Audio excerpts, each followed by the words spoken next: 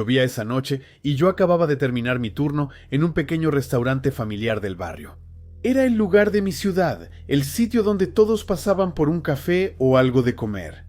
Eso ocurrió a finales de otoño en Nueva Jersey.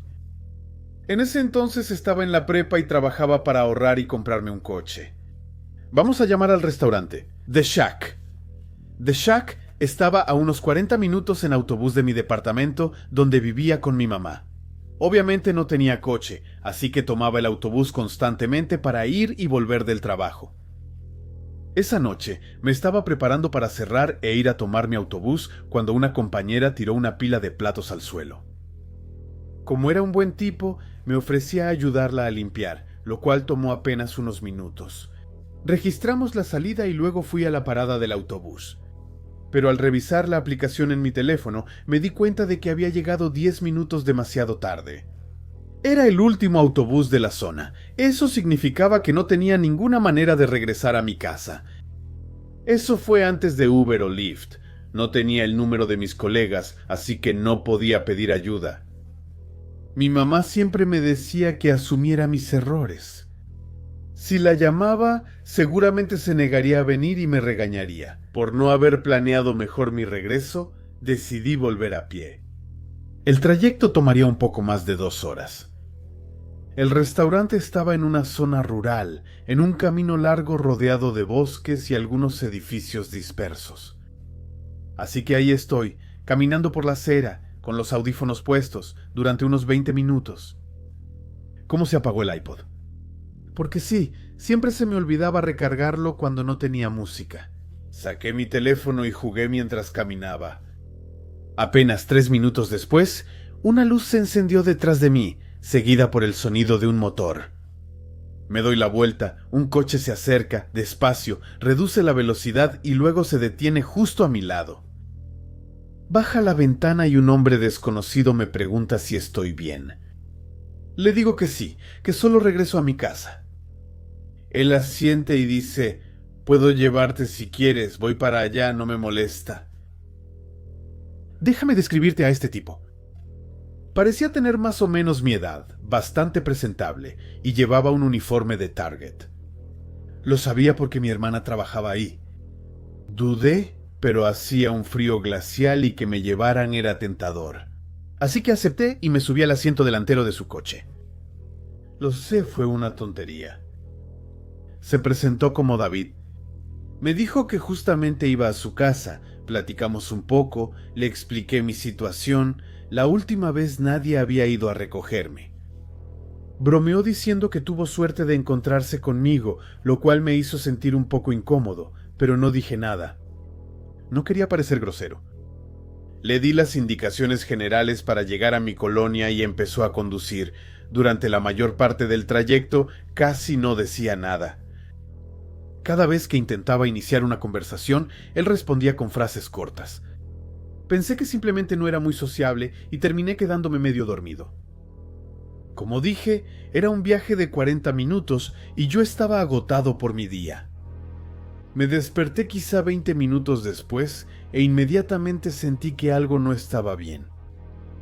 Estábamos en un camino de tierra, en medio del bosque, sin ningún edificio alrededor, solo árboles y oscuridad. David, vamos en la dirección equivocada. Sí, lo sé, solo haré algo rápido.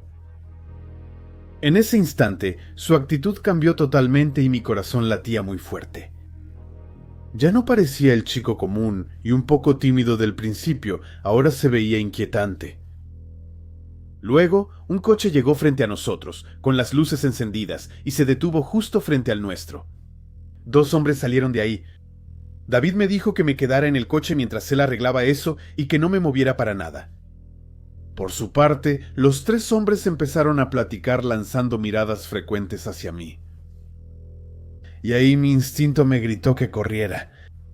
No sé por qué, pero sentí que iba a morir si me quedaba ahí. Me quité el cinturón y entreabrí la puerta cuando se escuchó un grito desgarrador que venía del otro auto. Sentí que la sangre se me iba. Empecé a correr a toda velocidad, sin pensar. Detrás de mí, escuché a un hombre gritar «¡Ey!» y luego 2 disparos.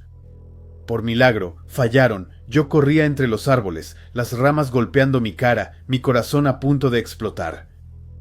Escuchaba pasos detrás de mí, rápidos, pesados, que se acercaban. Luego vi unas luces. A lo lejos, una autopista. Pasaban camiones. Salí corriendo hacia la orilla agitando los brazos. Un camión se detuvo. Me derrumbé llorando, explicando todo. El chofer me llevó a la estación de policía más cercana.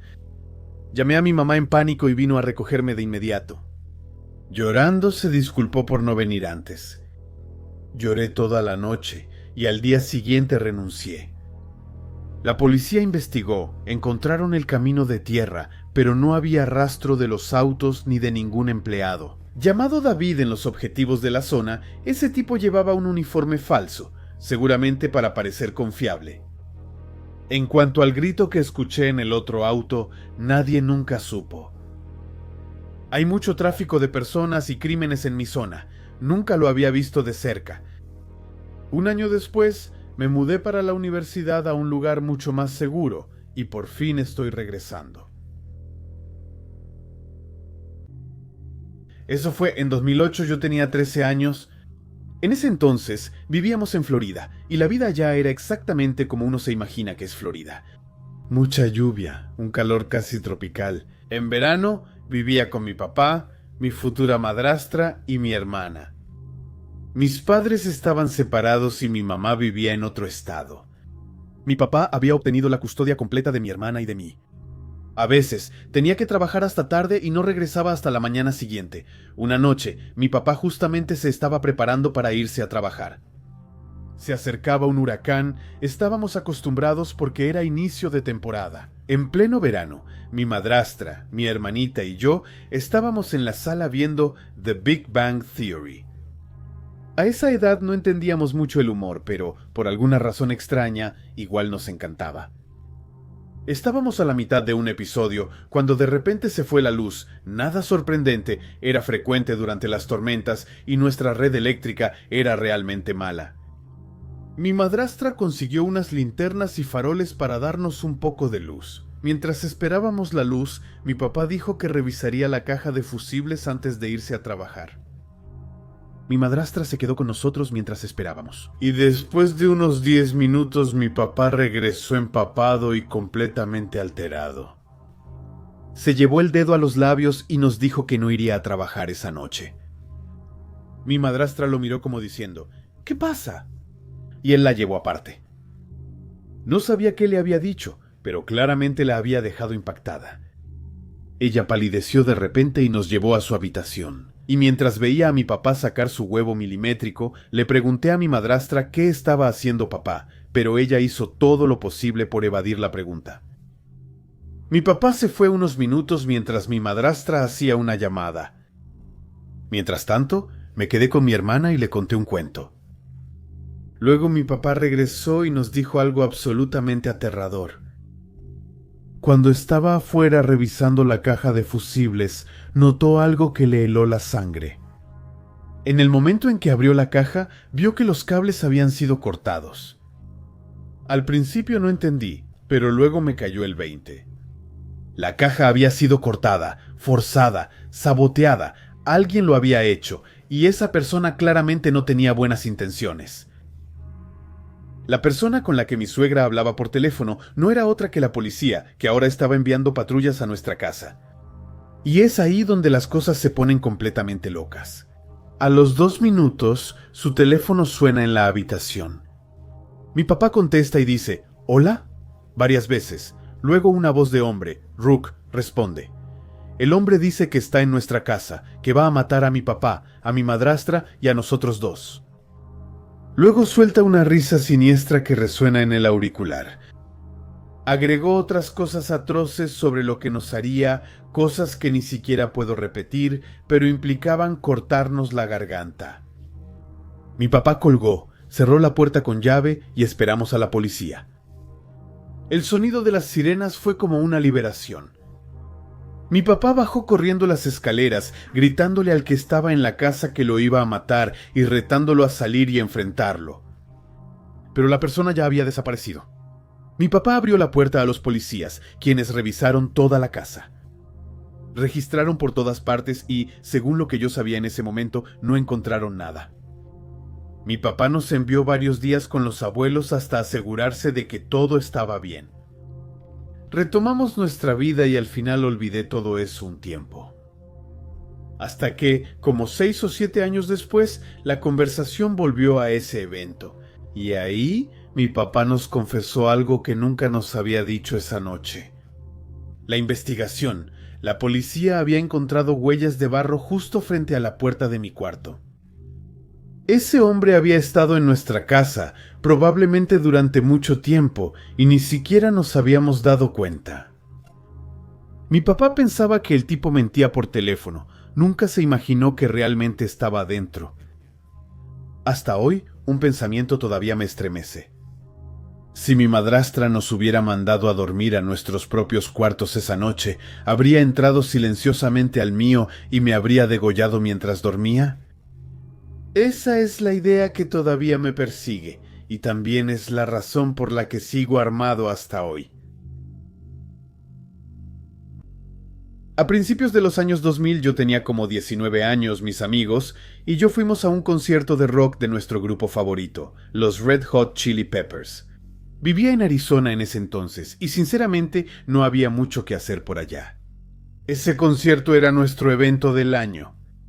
Hablamos de eso durante meses, así que cuando por fin tocaron en nuestra ciudad, estábamos muy emocionados. El concierto fue increíble, obviamente, pero una vez que terminó, todos tuvieron que salir de la sala. Salimos afuera y llamé a mi mamá para que viniera por nosotros, ya que ella tenía que llevarnos de regreso. Pero me dijo que su coche ya no arrancaba y que mi hermana se había llevado el otro coche para salir a algún lado. En resumen, nos dejaba decidir cómo regresar por nuestros propios medios. Para dar un poco de contexto. Nosotros tres éramos un poco rebeldes, no malos, solo imprudentes, del tipo que hacía cosas que nuestros padres desaprobaban totalmente. Uno de mis amigos entonces propuso que hiciéramos autostop. Decía que ya lo había hecho varias veces y siempre funcionaba. Nunca había hecho eso en mi vida, así que era bastante escéptico, pero mi otro amigo empezó a convencerme y al final acepté. Nos formamos en la banqueta, levantando el pulgar y esperando un coche que se detuviera. Después de que 20 autos nos ignoraron, finalmente un coche redujo la velocidad y se detuvo justo a nuestro lado. Adentro, 2 hombres hispanos, de unos 30 años, vapeando. No encontramos nada sospechoso y aceptaron llevarnos, siempre y cuando les diéramos unos cuantos dólares para la gasolina. Pero en cuanto subimos al coche, sentí una sensación extraña, algo que no estaba bien, un instinto, una especie de alarma, pero sin poder entender por qué. Empezaron a conducir hacia mi casa y les ayudé a orientarse. Después de 10 minutos, el conductor dijo que debía parar rápido en casa de un amigo en el camino. No me pareció grave, así que dije que estaba bien. Me agradeció con un gesto de cabeza y siguió conduciendo. Casi no hablábamos, el ambiente en el coche era raro, pesado. Luego dieron vuelta en un centro comercial desierto, completamente vacío. Había otro vehículo estacionado ahí y justo al lado, 4 personas. Al principio no sospechamos, pero al acercarnos todo se volvió más claro. Esos tipos eran peligrosos, 3 eran enormes y uno llevaba una máscara negra. Mi cerebro se puso en alerta de inmediato, mis amigos también se miraron entre sí, sabíamos que algo andaba muy mal. El conductor y su amigo salieron y dejaron una ventana abierta, lo que nos permitía escuchar lo que decían. Muy rápido lo entendimos. Nuestro conductor les debía dinero a esos tipos por la importación de ciertas mercancías. No tardamos en darnos cuenta de que esas mercancías eran drogas. El tipo tenía cuentas que rendirle al cártel. A partir de ahí, cada segundo se volvió una pesadilla. Uno de los hombres sacó un arma y la puso contra la sien de nuestro chofer mientras él suplicaba por su vida. Entendía parcialmente lo que decía. Mi suegra es mexicana, así que entiendo un poco de español. Lo que escuché me heló la sangre. Le decía que conocía su casa, a su esposa, a su bebé de 6 meses. Decía: Si no pagaba antes de una fecha específica, lo mataría, luego mataría a su esposa y se quedaría con su hijo para ellos. De una manera que me dejó una sensación horrible. No voy a repetir todo lo que le dijeron, pero era digno de una película de terror, y ahí fue cuando empeoró. Dos miembros del cártel miraron. En nuestro coche, los vidrios no estaban para nada polarizados, y con la iluminación del estacionamiento estábamos expuestos como bajo reflectores. Se acercaron, susurré un gran puta madre. Todos sabíamos que eso podía terminar muy mal. Nos hicieron señas para que bajáramos la ventana. Dudamos, pero al final la bajamos. Uno de ellos se inclinó hacia nosotros con un acento muy marcado y dijo: «Soy tu amigo allá, él tiene problemas, de verdad, y ustedes vieron todo eso. Eso nunca se olvida. Si hablan, empezamos por su familia». Así es como se aprende la lealtad. En ese momento realmente pensé que iba a vomitar, pero me quedé inmóvil, paralizado. Unos minutos después, el conductor regresó al auto, sudando, temblando y completamente traumatizado. Solo nos dijo que todo estaba bien, que no debíamos preocuparnos. Nadie habló. Durante el camino de regreso, estábamos paralizados. Nos dejaron frente a mi casa y nos dijeron que no dijéramos nada de lo que habíamos visto. Mis padres notaron que estábamos nerviosos, pero solo dijimos que estábamos cansados. Nunca nos atrevimos a contar la verdad. Durante semanas intentamos entender cómo ese tipo pudo haberse involucrado con el cártel, voluntariamente, por deudas, por presión. Nunca lo sabremos, pero de algo estamos seguros. Esa noche nos subimos al auto de un hombre relacionado con el cártel y muy fácilmente pudimos haber sido asesinados. Solo para enviar un mensaje. Desde entonces nadie volvió a hacer autostop. Le ocurrió a mi papá cuando tenía 20 y tantos años, y es un evento del que todavía no logra recuperarse. No por lo que vio, sino por lo que pasó. Eso todavía lo atormenta hasta hoy. La historia se desarrolla en los años 80. Mi papá acababa de dejar a sus amigos frente a su dormitorio universitario y conducía su nuevo Mustang.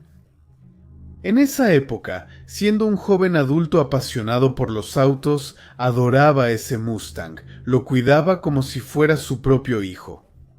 Puede parecer raro, lo sé, pero eso es lo que pasa cuando tu papá es un fanático de los autos. Vivía fuera del campus, con sus padres, mis abuelos, y regresaba a casa después de una noche con amigos. Me describió esa noche como agotadora y sobre todo muy oscura. Conducía por una carretera completamente oscura, sin faroles, cuando vio algo a lo lejos. Al acercarse, se dio cuenta de que era una mujer joven, quizá de entre 28 y 30 años, que le hacía señas para que se detuviera. El pulgar apuntaba hacia arriba, el gesto clásico de los que hacen autostop. Mi papá era y sigue siendo una persona amable, del tipo que ayuda espontáneamente a cualquiera, sin dudarlo. Él abre la puerta del pasajero y la mujer sube, sin decir una sola palabra, solo se limita a señalar una dirección con el dedo. Mi papá supone que tal vez ella es muda o tiene algún problema para hablar, no importa. Está demasiado cansado para pensar, así que solo se limita a conducir. Ella siempre está en silencio. Mi papá, por su parte, mantiene la vista en la carretera, sin realmente prestar atención a la mujer sentada justo a su lado. Luego, después de un rato, sus párpados se vuelven pesados, lucha contra el cansancio, gira rápidamente la cabeza hacia la pasajera y el asiento está vacío. La mujer ha desaparecido literalmente. Tuvo tal impacto que frenó bruscamente los neumáticos chillando sobre el asfalto. Se salió de la carretera casi en pánico, con el corazón latiendo muy rápido. Mira detrás de él, escudriñando la carretera, tratando de entender lo que acaba de pasar, pero no hay nadie. Después de unos minutos tratando de recuperar el aliento, vuelve a subir al coche y retoma el camino, completamente alterado. Finalmente, se detiene en una pequeña gasolinera, no muy lejos de ahí.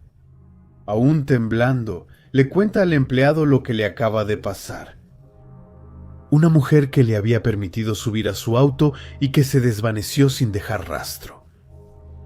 Él esperaba que el empleado se burlara de él o lo tratara de loco, pero la reacción del tipo fue totalmente lo contrario. El empleado lo miró tranquilamente y le respondió: «Ah, no me sorprende, no es el primero que me dice eso». Soy un apasionado de la pesca desde hace más de 6 años y he trabajado en varias empresas como pescador comercial, capturando binabo y maji-maji. En fin, todo lo que deje ganancias. Tenía 26 años cuando ocurrió.